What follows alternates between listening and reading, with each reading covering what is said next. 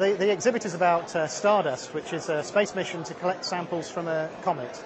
And that sounds very simple, but actually it's very difficult to do, very expensive process to go and land on another planetary body, collect samples, and bring them back to the Earth. The Stardust has been very clever in that it's used the fact that comets emit dust when they get near the sun, flown past the comet at high speed and collected the dust particles as it's gone, and then brought them back to the Earth.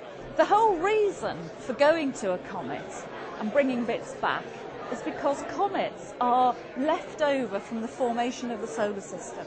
They formed at the outer fringes of the solar system. They haven't been melted since that early time, and so they carry within them the signature of the earliest solar system history. And if we want to understand how our solar system was made, this is the sort of material that we need to study. And that's an interplanetary dust particle trapped from Earth orbit. The real key to this mission, the success of this mission, has been a material called aerogel, which is a very, very low density material. It's basically very simple glass, but it's incredibly porous, so that its density is about 1,000th of normal glass. And that allows us to capture very slowly, gradually, the dust particles. Instead of having them hit at high speed on the spacecraft and destroy themselves, they potentially could be captured intact. And that aerogel was contained in a collector which was placed in the path of the dust particles as we flew past the comet, and that was brought back to the Earth in January this year.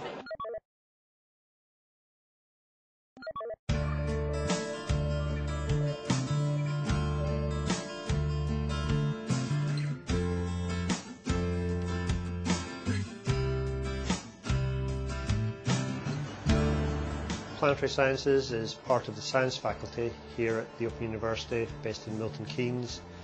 Within the Planetary Sciences department we have between 60 and 70 people most of the time, from PhD students all the way up to senior academics and all the support staff. I think one of the most unique aspects of the Planetary Sciences department here is it's our breadth and integrated nature of the science we do. There's nowhere else in the UK there's such a wide range of planetary science research going on in one place, pretty much almost unrivaled anywhere else on the planet actually. We've been working on 3 different aspects of the Stardust samples. We've been looking at the mineralogy and petrology of the grains, understanding what they were formed from or how they were formed. We've been using different types of spectroscopy to understand the nature of these grains as well, coming at it from using a different set of tools and providing slightly different information. We've also been looking at the impact craters that were formed on parts of the spacecraft to understand the flux and the variety of different particles that were present coming off the comet nucleus when the spacecraft went past. Planetary and space sciences within the UK is really strong at the moment. It's grown a lot over the last decade or so. We're receiving good levels of funding. We're always looking for more, and there's new space missions planned. These are exciting times we're in, and I think there's exciting times ahead.